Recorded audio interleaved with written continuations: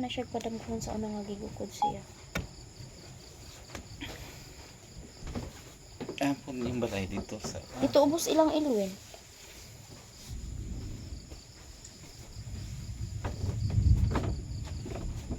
Mana makakita mig santil mo dito sa una sa katong tong napalit na tong ayuta ba?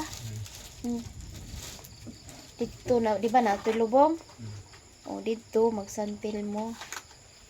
Mga alas 6 sa hapon. Ngit-ngit naman ang alas 6 na. Magsiga-siga na siya. Ano ka tong balay nga ko, ano to po eh? Nagyapoy-gapuyo ato. Sawa. Di pa man kayo tigulang sa una. Dito man to Yung gapuyo. mga anak na, po dito. Mga anak niya, katong isa, katong mama anak ni Tulits. Anong diyan po sa gilubo? Amot. Ila man ang yuta, di gilubong. Ay kasagara sa una kung nakayuta, di ra rabay ika mo lubong. Okay, alangan Wala man ni kuan.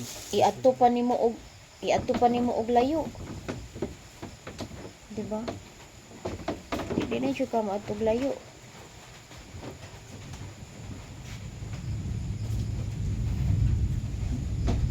Kasi ista na ni. Wala. Naman to di sa lamisa nga gamay.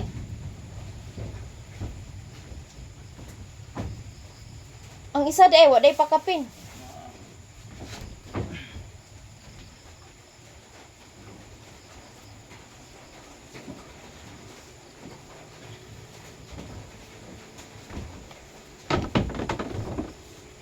Kalay lamok na po no. Tumaake ko.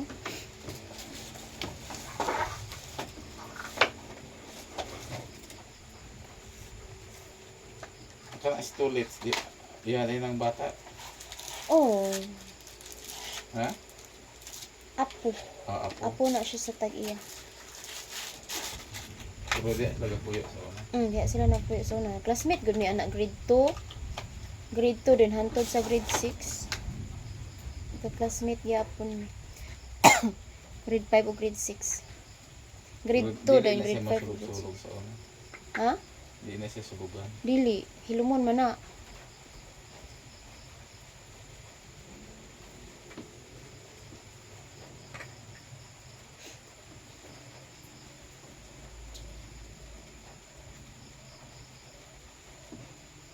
Kasi trabaho niya sa...